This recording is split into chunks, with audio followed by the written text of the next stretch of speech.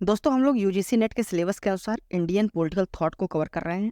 ये हमारा धर्मशास्त्र का पार्ट 2 वीडियो है। पार्ट 1 में हमने जो टॉपिक कवर किए हैं वो आपके स्क्रीन के सामने है।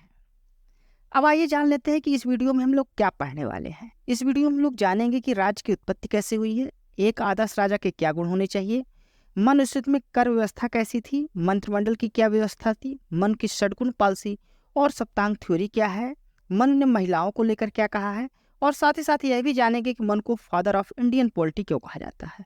और अंत में हम मनुस्मृति के क्रिटिसिज्म और प्रेज को भी देखेंगे।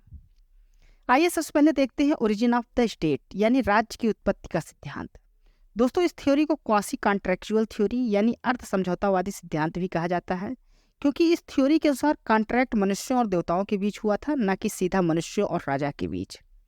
दोस्तों मनुस्मृति के चैप्टर 7 में राज्य की उत्पत्ति का सिद्धांत दिया गया है। इसमें यह माना गया है कि प्रारंभ में जब कोई राज्य और राजा नहीं था तो अराजकता का माहौल था। इस स्थिति में राज्य में मत्स्य न्याय का प्रिविलेंट था। मत्स्य न्याय मतलब ऐसी व्यवस्था जहां बड़ी मछली छोटी मछली को खा जाती है, यानी शक्तिशाली व्यक्ति कमजोरों के ऊपर रौब जमाकर उनका शोषण कर जीवन यापन करते हैं। उनको नियंत्रित करने का कोई कानून नहीं था। इस स्थिति में लोग ब्रह्मा के पास पहुंचते हैं। ब्रह्मा जिन्हें इस धरती या विश्व का क्रिएटर भी माना जाता है। उनसे लोगों ने इस समस्या से मुक्ति दिलाने की प्रार्थना की। तब ब्रह्मा ने राजा नामक संस्था को बनाया और मन को राजा नियुक्त किया। यही कारण है कि मन को दुनिया का पहला राजा कहा जाता है। चूंकि मनु ने सोशल ऑर्डर को मेंटेन करने के लिए कुछ नियम भी लिखे, इस वजह से मनु को फर्स्ट लॉ गिवर के रूप में भी जाना जाता है। अब हम लोग एक राजा के क्वालिटीज या गुणों को समझ लेते हैं। एक राजा के पास डिवाइन पर्सनालिटी होती है, यानी दैवी गुण होते हैं। ऐसा माना जाता है कि राजा के पास 8 ईश्वर के गुण होने चाहिए। ये हैं इंद्र, वरुण, अग्नि, सूर्य, चंद्र, यम और कुबेर।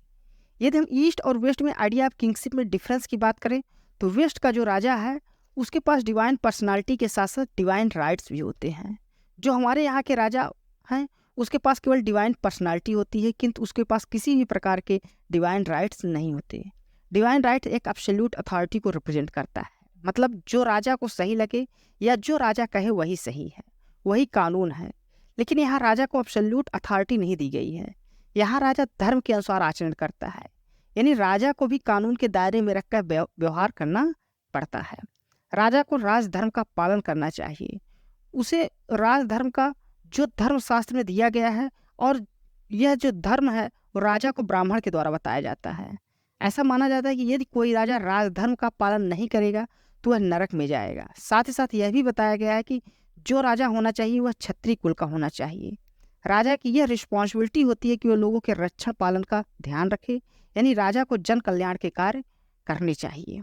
दोस्तों आइए अब हम लोग मन विस्तृत में वर्णित कर व्यवस्था को समझते हैं। मन का मानना था कि कर भूमि के उपज के डायरेक्टली प्रोपोर्शनल होना चाहिए।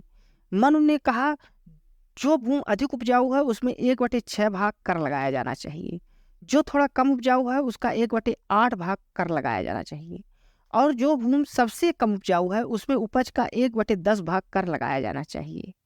इसके अलावा राजा को कुछ अन्य सामग्रियों के उत्पाद का 1/6 भाग कर लगाना चाहिए, जैसे मिल्क, हनी, मीट, बटर इत्यादि। अब हम लोग काउंसिल ऑफ मिनिस्टर को देखते हैं। दोस्तों मनु राजा के लिए एक मंत्रिमंडल का होना आवश्यक मानते हैं।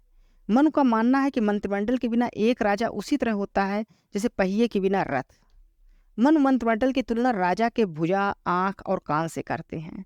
साथ ही साथ मनु एक मंत्रिमंडल में सदस्यों की संख्या कितनी होनी चाहिए उसकी भी बात करते हैं। मनु का मानना था कि राजा के मंत्रिमंडल में 7 से 8 व्यक्ति होने चाहिए, जो राजा उनके कर्तव्यों के पालन करने में कलेक्टिविटी और इंडिविजुअली अपना योगदान देंगे। मनु का मानना है कि मंत्रिमंडल के सदस्यों में कुछ इसेंशियल क्वालिटीज होनी चाहिए। मंत्रिमंडल के सदस्यों में उच्च कोटि के कौशल को सीखने में दक्ष होना चाहिए, उन्हें उच्च कुल में पैदा हुआ होना चाहिए, उन्हें युद्ध कला में निपुण होना चाहिए, साथ साथ उन्हें राज्य व्यवस्था की सही समझ होनी चाहिए। मनु राजा को सलाह देते हैं कि राजा मंत्रिमंडल के सदस्यों की नियुक्त करते समय अपने मित्रों और संबंधियों से सलाह लेनी चाहिए। साथ ही साथ मनु यह भी कहते हैं कि किसी भी शूद्र जाति के व्यक्ति को मंत्री नहीं बनाया जाना चाहिए। दोस्तों अब आइए हम लोग मनु द्वारा वर्णित सद्गुण पॉलिसी को समझते हैं। मनु ने मनुस्मृति में मंत्रणा के 6 टॉपिक बताए हैं जिन्हें सद्गुण पॉलिसी कहा जाता है। इस पॉलिसी का प्रयोग एक राज्य दूसरे राज्य के साथ संबंध रखने के लिए करते हैं। ये है पहला पीस या संधि, दूसरा वार या विग्रह, तीसरा न्यूट्रलिटी या आसन, चौथा मार्चिंग या यान, पांचवा अलायंस या समसारा, छठा डबल पॉलिसी या द्वैधी भाव। सप्तांग थ्योरी ऑफ मनु। दोस्तों, मनु राज्य को मानव शरीर के अंग के समान मानते हैं और मनु राज्य के उन अंगों को उसी प्रकार महत्व देते हैं जैसे मनुष्य के शरीर में अंगों का होता है। ये 7 अंग हैं: स्वामी, अमात्य, मंत्री, ट्रेजरी, साम्राज्य विस्तार जिसे कौटिल्य जनपद कहते हैं, दुर्ग यानी कि राजधानी, आर्मी या सेना जिसे कौटिल्य दंड के रूप में वर्णित करते हैं, और मित्र। दोस्तों, आइए अब हम जानते हैं कि मन का महिलाओं को लेकर क्या विचार था। मन ने मनुष्यत्व में महिलाओं को बहुत ज़्यादा महत्व नहीं दिया है। मनु ने महिलाओं को स्वतंत्रता और शिक्षा जैसे बेसिक राइट्स भी नहीं दिया। साथ ही साथ मनु का मानना है कि महिलाओं का चरित्र उच्च होना चाहिए और उनका चरित्र सही ना हो तो पुरुषों को उसके साथ किसी प्रकार का संबंध नहीं रखना चाहिए।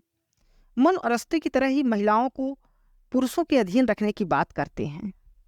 मनु कहते हैं कि एक महिला को बचपन में अपने पिता के अधीन, शादी के बाद अपने पति के अधीन और पति की मृत्यु के पश्चात अपने पुत्र के साथ रहना चाहिए। मनु का मानना था कि विधवा महिलाओं का जीवन सादगीपूर्ण होना चाहिए। डॉक्टर भीमराव अंबेडकर मनुस्मृति को क्रिटिसाइज करते हुए कहते हैं कि मनु ने जितना कठोर शूद्रों के लिए लिखा है उतना ही कठोर महिलाओं के बारे में भी लिखा है। आइए हम जानते हैं कि ऐसे कौन कौन से रीजन है जिसकी वजह से मनु को फादर ऑफ इंडियन पॉलिटी के रूप में कंसीडर किया जाता है। मनु ने हिंदू ट्रेडिशन और फिलॉसफी को अपने राइटिंग मनुस्मृति से काफ़ी प्रभावित किया है। उन्होंने एशियंट इंडिया में प्रचलित जीवन के लगभग सभी पक्षों, सामाजिक, आर्थिक, सांस्कृतिक और धार्मिक जीवन का वर्णन किया है। राजा नामक संस्था को राज्य के जन कल्याण के लिए किस प्रकार कार्य करना चाहिए इसका भी जिक्र किया है। उन्होंने हिंदू रिलीजन और ट्रेडिशन के लिए चतुर्वर्ण का सिद्धांत दिया है जिसमें ब्राह्मण, क्षत्रिय, वैश्य और शूद्र शामिल हैं। दोस्तों, मनुस्मृति की विभिन्न विद्वानों के द्वारा समय समय पर आलोचना और प्रशंसा भी की गई है। एवं शंकरधर मनुस्मृति की प्रशंसा करते हुए कहते हैं कि मनुस्मृति पूरी मानवता के लिए है। वहीं डॉक्टर सर्वपल्ली राधाकृष्णन भी मनुस्मृति की प्रशंसा करते हैं, जबकि डॉक्टर भीमराव अम्बेडकर मनुस्मृति की आलोचना करते हुए कहते हैं कि यह पुस्तक दलितों के लिए अभिशाप है और कहते हैं कि इसे बम से उड़ा दिया जाना चाहिए। ऐसा माना जाता है कि 25 दिसंबर 1927 को महार सत्याग्रह के दौरान अम्बेडकर ने मनुस्मृति को जलाया था। धन्यवाद दोस्तों, यह वीडियो आपको कैसी लगी है अपने कमेंट्स के माध्यम से जरूर बताएं और अपने मित्रों के साथ भी इसे शेयर करें। Thank you.